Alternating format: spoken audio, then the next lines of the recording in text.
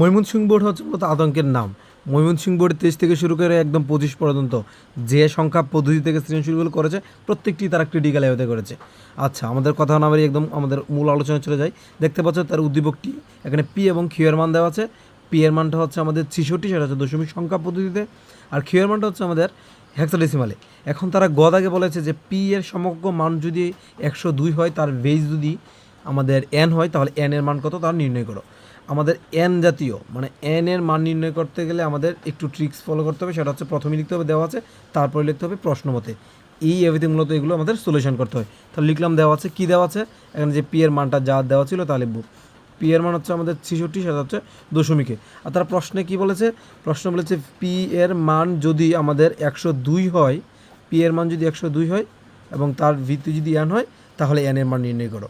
এখন দেখতে হবে আমাদের কার মান নির্ণয় করতে হবে। মান তো নির্ণয় করতে হবে এনের, তাহলে অবশ্যই যার মান নির্ণয় করতে হবে তাকে আমাদের বাম পাশে নিয়ে আসতে হবে, আর বাকি অংশটাকে আমাদের ডান পাশে নিয়ে যেতে হবে। তাহলে আমরা এটাকে, যেহেতু এখানে আমাদের মাঝখানে ইকুয়াল ব্যবহার করেছি, আমরা অবশ্যই প্রথমে আমরা বা দিব। তাহলে এটাকে এই পাশে নিয়ে আসি, আমরা 102কে এইদিকে নিয়ে আসি, আর যে পি এর মানটা ছিল যে 66, সেটা আমরা এইদিকে নিয়ে যাই। এখন কথা হচ্ছে আমি কেন তার বেসটা লিখলাম না, যেহেতু এটি দশমিক সংখ্যা পদ্ধতিতে রয়েছে, তার বেসটা বারবার ডিক্লেয়ার করতে হয় না বা বারবার দেখাতে হয় না। এভাবেই থাকলে আমরা ভেবে নেব এটা দশমিক সংখ্যা পদ্ধতির। আচ্ছা, এখন যেহেতু এটার মান বের করব, আমরা খেয়াল করলে দেখতে পাচ্ছি যে এটার ভেজ আমরা জানি না, এটা আমাদের কাছে আননোন, কিন্তু এটা তো ভেজ আমরা জানি, সেটা দশমিক। তাহলে এই মানটাকে আমরা এখন দশমিকে কনভার্ট করব।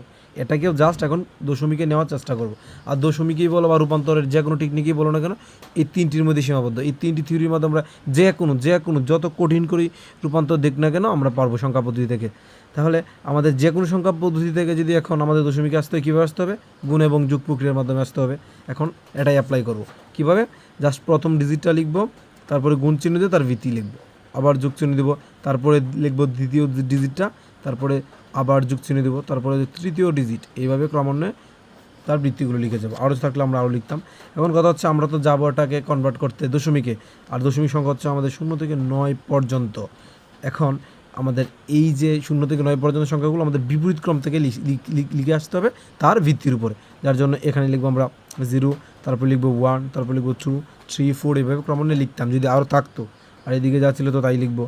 এখন জাস্ট এই ক্যালকুলেশনটা করে দেখতে পাচ্ছি, এখানে হচ্ছে আমাদের এন স্কোয়ার, আর এখানে এন হচ্ছে একটি, আর এর সাথে যদি আমরা 0 গুণ করে দিই তাহলে কিন্তু 0 হবে। 0 যার সাথে গুণ হয় তাহলে তো 0 হয়, 0 আর লিখলাম না এখানে। আর এই দিকে দেখতে পাচ্ছি এনের উপরে পাওয়ার হিসেবে রয়েছে 0। এনের উপরে যদি পাওয়ার হিসেবে 0 থাকে, বা যে কোনো সংখ্যার উপরে যদি পাওয়ার হিসেবে 0 থাকে, তার মান 1 হয়। আর এই 1-এর সাথে আমরা এখন জাস্ট 2 গুণ করে দেবো, আমাদের 2 হয়ে যাবে। আচ্ছা, আমরা কিন্তু এর মানে লিখলাম না, কারণ এটা যেহেতু আমরা 0 পেয়েছি, আর এদিকে যা ছিল তো তাই। অঙ্ক একদম প্রায় শেষ দিকে রয়েছে। এখন সংখ্যাগুলোকে এক পাশে নিয়ে নেব, এই +2কে এই দিক দিয়ে -2 করে নেব, তাহলে আমাদের এই এন স্কোয়ার ইকুয়াল আমরা পাচ্ছি 64। এখন একটু আমাদের কাজ করতে হবে, এটাই ক্যালকুলেটরের সহযোগিতা নিতে হবে আর কি। দেখতে পাচ্ছি এখানে স্কোয়ার রয়েছে, স্কোয়ারটা আমরা চাইলে এদিকে আমরা কী করে ফেলতে পারি, রুট করে ফেলতে পারি। তাহলে রুট যদি করে নিই, ক্যালকুলেটর জাস্ট লিখবো যে √64, তাহলে আমাদের কাঙ্ক্ষিত মানটা এসে যাবে।